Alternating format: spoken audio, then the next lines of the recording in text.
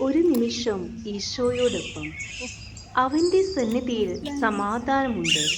Asia പ്രവാചകൻ ഇങ്ങനെ പറയുന്നു: അങ്ങയിൽ ഹൃദയം ഉറപ്പിച്ചിരിക്കുന്നവനെ അങ്ങ് സമാധാനത്തിന്റെ തികവിൽ സംരക്ഷിക്കുന്നു. എന്തെന്നാൽ അവൻ അങ്ങയിൽ ആശ്രയിക്കുന്നു.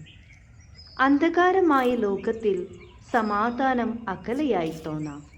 പക്ഷേ യഥാർത്ഥ സമാധാനം സാഹചര്യങ്ങളിലല്ല, അത് ദൈവത്തിൻ്റെ സന്നിധിയിലാണ്. നാം അവൻ്റെ അടുത്തേക്ക് വരുമ്പോൾ ഉത്കണ്ഠ അകന്നു പോകുന്നു, ഭയം വിട്ടുപോകുന്നു, ഹൃദയം വിശ്രമം കണ്ടെത്തുന്നു.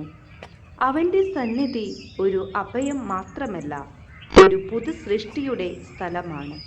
പ്രാർത്ഥനയിലും ആരാധനയിലും നിശബ്ദതയിലും ഈശോ നമ്മെ സമാധാനത്തോടെ കാണുന്നു.